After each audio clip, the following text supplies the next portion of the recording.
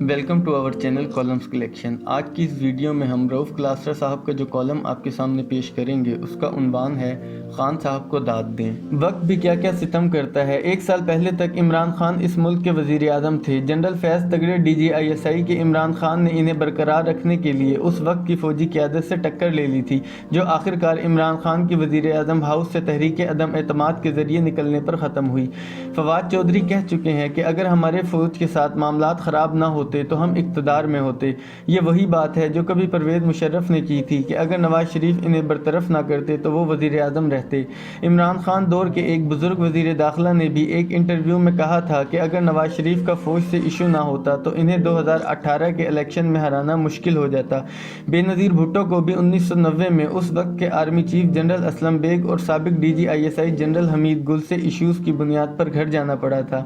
یوں اگر اس بات کو سامنے رکھا جائے تو پتہ چلتا ہے کہ سیاسی حکومتیں ہر دفعہ اپنے اپنے دور میں فوجی قیادت کے ساتھ کچھ ایسے معاملات میں الجھ جاتی ہیں کہ وہ اپنے 5 سال مکمل نہیں کر پاتی۔ اگر یاد ہو تو وزیر اعظم یوسف رضا گیلانی بھی میمو گیٹ اور ایبٹ آباد آپریشن کے معاملے پر اس وقت کے آرمی چیف جنرل کیانی اور DGISI جنرل شجاع پاشا سے سینگ پھنسا بیٹھے تھے جس کی سزا بھی انہوں نے بھگتی۔ اگرچہ اس وقت دونوں بھائی نواز شریف اور شہباز شریف کالے کوٹ پہن کر گیلانی اور زرداری کے خلاف سپریم کورٹ پہنچ گئے تھے کیونکہ شہباز شریف کی خفیہ ملاقاتوں میں یہی طے پایا تھا۔ 2017 میں بھی نواز شریف کا عدالت سے برطرف ہو کر جیل جانے کو ان کے ہمدرد اس وقت کے army chief general Raheel Sharif کے ساتھ ان کی چپکلش کا نتیجہ قرار دیتے ہیں جو ڈان لیگ سے شروع ہوئی تھی۔ اگرچہ جنرل باجوہ نے ڈان لیگز کے معاملے کو اپنے تئیں سیٹل کر دیا تھا اور ان پر فوج کے اندر سے تنقید بھی ہوئی تھی، لیکن بہت جلد نواز شریف اور جنرل باجوہ کے درمیان صورتحال بگڑ گئی اور نواز شریف بیٹی کے ساتھ اڈیالہ جیل جا بیٹھا۔ نواز شریف اور مریم نواز کھل کر جنرل باجوہ اور جنرل فیض کا نام لے کر ان پر یہ کہہ کر تنقید کرتے تھے کہ انہوں نے انہیں سزائیں دلوائی تھیں۔ عمران خان ان دنوں جنرل باجوہ اور ان کی ٹیم کا کھل کر دفاع کرتے تھے، بلکہ جتنی تعریف انہوں نے باجوہ صاحب کی کر دی تھی شاید وہ سب سن کر جنرل باجوہ خود بھی شرما جاتے ہوں گے کہ یار اب اتنا بھی کیا۔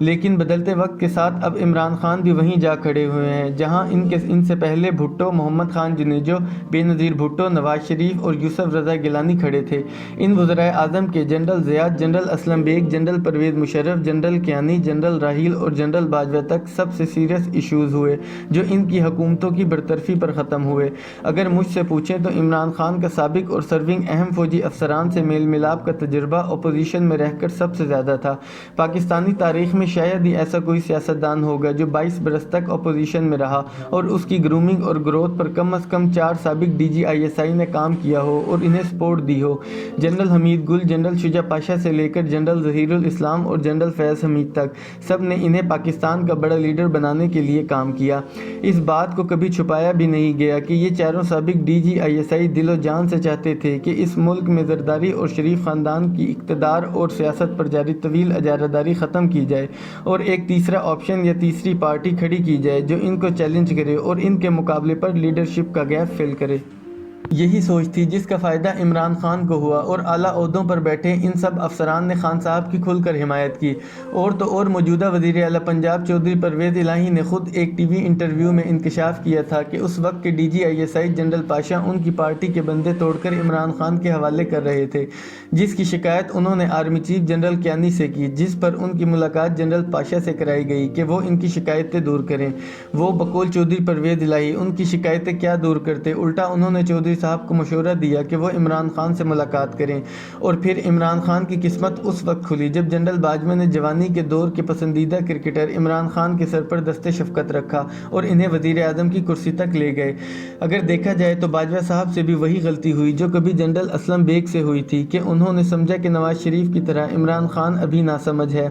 ایک مرحلہ ایسا آیا جب نواز شریف نے بھی پہلے جنرل اسلم بیگ اور پھر غلام اسحاق خان کی ڈکٹیشن لینے سے انکار کر دیا۔ عمران خان نے بھی وہی روٹ لیا اور جب جنرل باجوہ نے اپنی مرضی سے DGISI تبدیل کیا تو وہ بھی ڈکٹیشن لینے کے لیے تیار نہ ہوئے اور یوں بات پہنچی مارچ میں تحریک عدم اعتماد تک۔ سوال یہ ہے کہ ان سب وزرائے اعظم کی فوجی جرنیلوں سے لڑائیاں کیوں ہوتی ہیں؟ وہ انہی جرنیلوں کے کندھوں پر سوار ہو کر پہلے اقتدار تک پہنچتے ہیں اور جنرل بھی یہی سمجھ لیتے ہیں کہ ان سیاست سیاستدانوں کو کچھ علم نہیں، انہیں رہنمائی کی ضرورت ہے۔ وہ انہیں بچہ سمجھ کر اپنے تئیں بڑے کا رول ادا کرنے کی کوشش کرتے ہیں، لیکن اقتدار میں 2-3 سال گزارنے کے بعد بچہ سمجھدار ہو چکا ہوتا ہے اور وہ مزید ڈکٹیشن لینے کو تیار نہیں ہوتا اور اسے گھر جانا پڑتا ہے۔ شہباز شریف شاید باجوہ صاحب کی حمایت کے بغیر وزیر اعظم نہیں بن سکتے تھے، یہ بات سب جانتے ہیں۔ شہباز شریف اس لحاظ سے خوش قسمت ہیں کہ جس چیف نے انہیں وزیر اعظم بننے میں مدد دی وہ ریٹائر ہو گئے ہیں، لہٰذا وہ اب ایسے آرمی کے کمانڈر کے ساتھ حکومت نہیں کر رہے ہوں گے جسے 6 سال میں 5 وزراء اعظم کے ساتھ کام کرنے کا موقع ملا،